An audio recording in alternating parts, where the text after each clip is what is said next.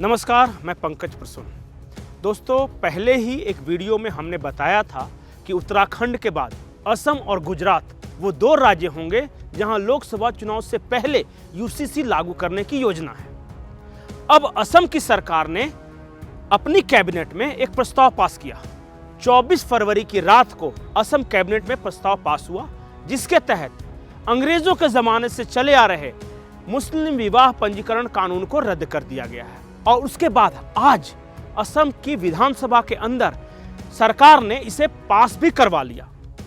अब ये कानून क्या था और इस कानून में ऐसी क्या खामियां थी जिसकी वजह से इसे रद्द किया गया? क्या ये कानून मुस्लिमों या फिर शरीयत के खिलाफ है? ये सारी बातों पर हम अपने बयान पर चर्चा करेंगे, विस्तार से सारी बातें रखूंगा। लेकिन उससे पहले आप हमारे चैनल को सब्सक्राइब कर लें, इस वीडियो को लाइक कर लें। दोस्तों, 1935 में ये लागू हुआ था, लेकिन नाम था इसका मुस्लिम विवाह पंजीकरण कानून 1930। और इसके तहत असम में मुसलमानों को अपना विवाह का रजिस्ट्रेशन खुद करने की इजाजत दी गई थी। असम में 94 ऐसे इस्लामिक रजिस्ट्रार थे जो कि विवाह का रजिस्ट्रेशन करते थे। लेकिन समस्या ये थी कि हमारे देश में कानून है कि लड़कों की उम्र 21 साल होनी चाहिए और लड़कियों की उम्र 18 साल कम से कम होना चाहिए विवाह के लिए। लेकिन असम में इस मुस्लिम विवाह पंजीकरण कानून के कारण ये लागू नहीं हो रहा था। वहाँ बड़े पैमाने पर चाइल्ड मैरिज हो रहा था। तो असम की सरकार ने एक नया विवाह कानून लेके आई है और उसमें 3-4 मुख्य बातें हैं। वही बात जो कि उत्तराखंड यूसीसी में थी, वो तो है ही कि आपको मिनिमम जो एलिजिबिलिटी क्राइटेरिया है, जैसे कि लड़कियों की उम्र 18 साल और लड़कों की उम्र 21 साल होनी ही चाहिए। दूसरी बात कि ये जो 95-94 रजिस्ट्रार थे असम में, जो मुस्लिम रजिस्ट्रार थे, उन खत्म कर दिया गया उनका। ये कौन होते हैं किसी भी मैरिज को रजिस्टर करने वाले? ये कोर्ट में ही रजिस्टर्ड होगा ये मैरिज। और इसके अलावा कुछ और बातें हैं कि जो लिविंग में रह रहा है उसको भी सरकार से इजाज़त लेनी होगी, उसका भी कहीं ना कहीं रजिस्ट्रेशन, कुछ डॉक्यूमेंटेशन होना चाहिए कि ऐसा नहीं कि आप लिविंग रिलेशनशिप में रहें और कल छोड़ के भाग गया तो कोई कानून ही नहीं उसके बारे में।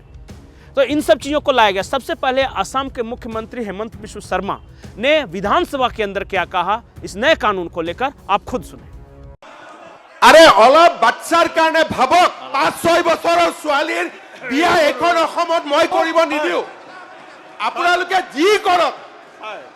आप लोग सुन लीजिए, असम में चाइल्ड मैरिज नहीं होने दूंगा जब तक मैं जिंदा हूं।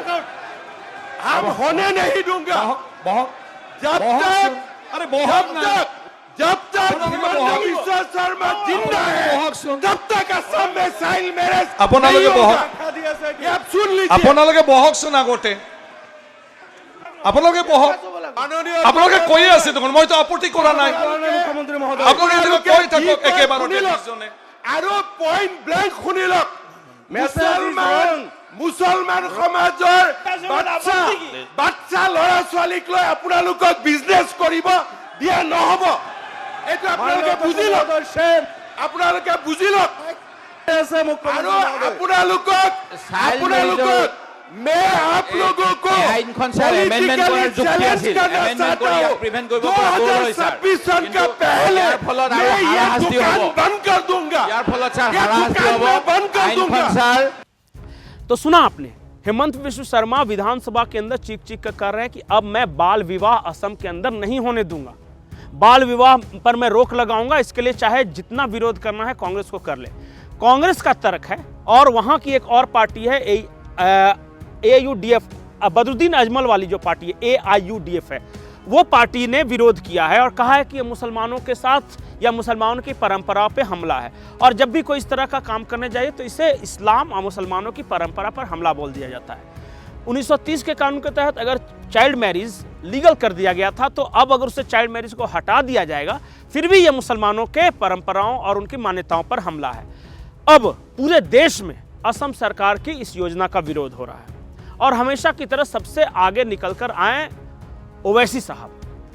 उन्होंने कहा कि इस्लाम में रिफॉर्म ये कौन होते हैं करने वाले, इस्लाम में कोई रिफॉर्म नहीं होगा। सुनिए ओवैसी साहब ने क्या कुछ कहा है।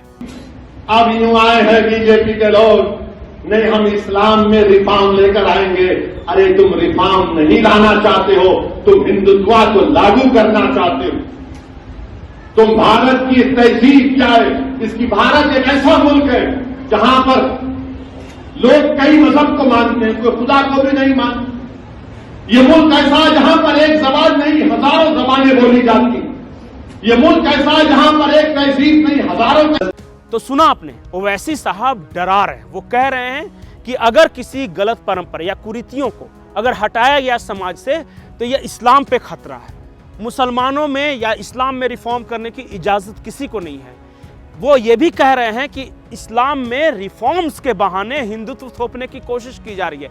कैसे, हालांकि इसका उन्होंने खुलासा नहीं किया कि कैसे कोशिश की जा रही है, लेकिन वो चाहते हैं कि जैसा चल रहा है वैसा चले। जो असम के मुख्यमंत्री हैं उन्होंने 3-4 बातें कही कि एक पत्नी के रहते आप बहुविवाह करके नहीं रख सकते। दूसरी बात उन्होंने कही कि जो ओरल तलाक हो गया, इंस्टेंट 3 तलाक हो गया, उसे हम नहीं करने देंगे असम में। उन्होंने कहा कि जो बच्चियों की उम्र है वो जो रहेगी वो मिनिमम 18 साल और जो लड़कों की उम्र वो 21 साल मिनिमम रहेगी। ये सारे देश की तरह यहाँ भी लागू होगा और ये समाज के हर अंग में लागू होगा, चाहे वो कोई भी हो। उसके बाद उन्होंने ये कहा कि जो लिविंग रिलेशनशिप पे रह रहे हैं उनका भी डॉक्यूमेंटेशन सर्टिफिकेशन जरूरी है। इन 3-4 चीज़ों को ये इंक्लूड किया गया है नए कानून में। अब आप कमेंट सेक्शन में जाकर बताइए कि असम सरकार ने जो नया कानून लाया है और जो 1935 का जो 35 में लागू हुआ था, जिसका नाम था मुस्लिम विवाह पंजीकरण कानून 1930, उसे हटाकर अच्छा किया है नहीं? क्या बाल विवाह की इजाज़त होनी चाहिए इस्लाम के नाम पर? आप क्या क्या कहना है? और ओवैसी साहब के बारे में जो उन्होंने कहा और असम के मुख्यमंत्री ने कहा, उस पर आपकी क्या राय है, आपकी क्या प्रतिक्रिया है? कमेंट सेक्शन में जरूर बताएं। नमस्कार।